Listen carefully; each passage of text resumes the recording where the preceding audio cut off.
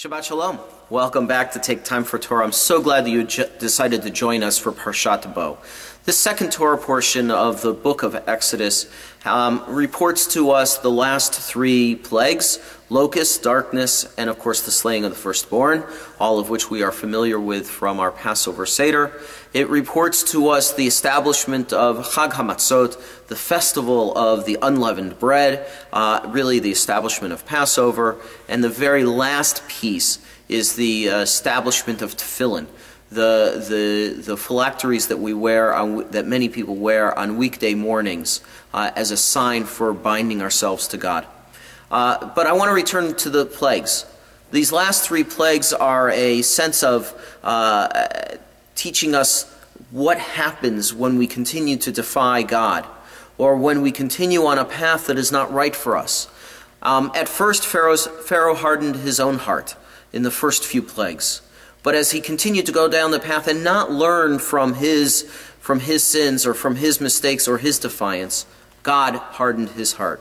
In a sense, God wanted to really teach Pharaoh a lesson, that defying God was wrong, and that, sometimes you have to really hit bottom before you can go up, before you can learn and take a different path. And that's why I think it relates to the last verse of our Torah reading, which is this, establishing tefillin. In the last verse it says, V'haya le'ot al yadcha u'letotafot be'enenecha ki bechozek yad hotzianu Adonai mimitzrayim. That it will be for a sign upon your hand and for frontlets between your eyes, for by the strength of the hand of the Lord were we brought forth from Egypt. And I was thinking about that verse in light of how far do we have to go before we can take a different path, and before we can do something in a way that brings glory and brings honor to our nation. And instead of going down the path of wickedness as Pharaoh did, but make ourselves a path towards goodness and righteousness. And this verse is peculiar because the rabbis asked the question, well, for the yad, it's a singular word, but for the headpiece of the tefillin, it's for frontlets, it's plural. And from Iturei HaTorah, a wonderful compilation of Hasidic texts, it teaches us that there's a reason for this. We are, as Jews, able to have a multiplicity of beliefs. You see, in the tefillin itself, there are 4 separate compartments, and the 4 texts for tefillin are one in each of those compartments. In a sense, we can have a multiplicity of beliefs. We can even have a multiplicity of practices in order to make our way and find our path to God and towards the path of righteousness. But we have one strong arm, and the 4 parchments are all on one parchment. 4 texts are on one parchment, in one container. In a sense, we may have a multiplicity of beliefs, but we act as a united people.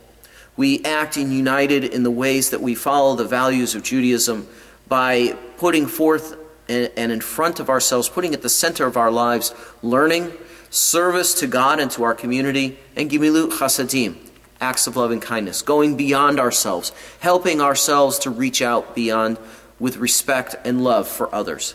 And I was thinking about these terms in terms of God hardening Pharaoh's heart. God hardened Pharaoh's heart to teach Pharaoh a lesson.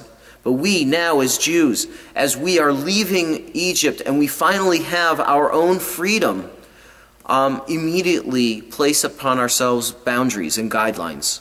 In a sense, we all act together.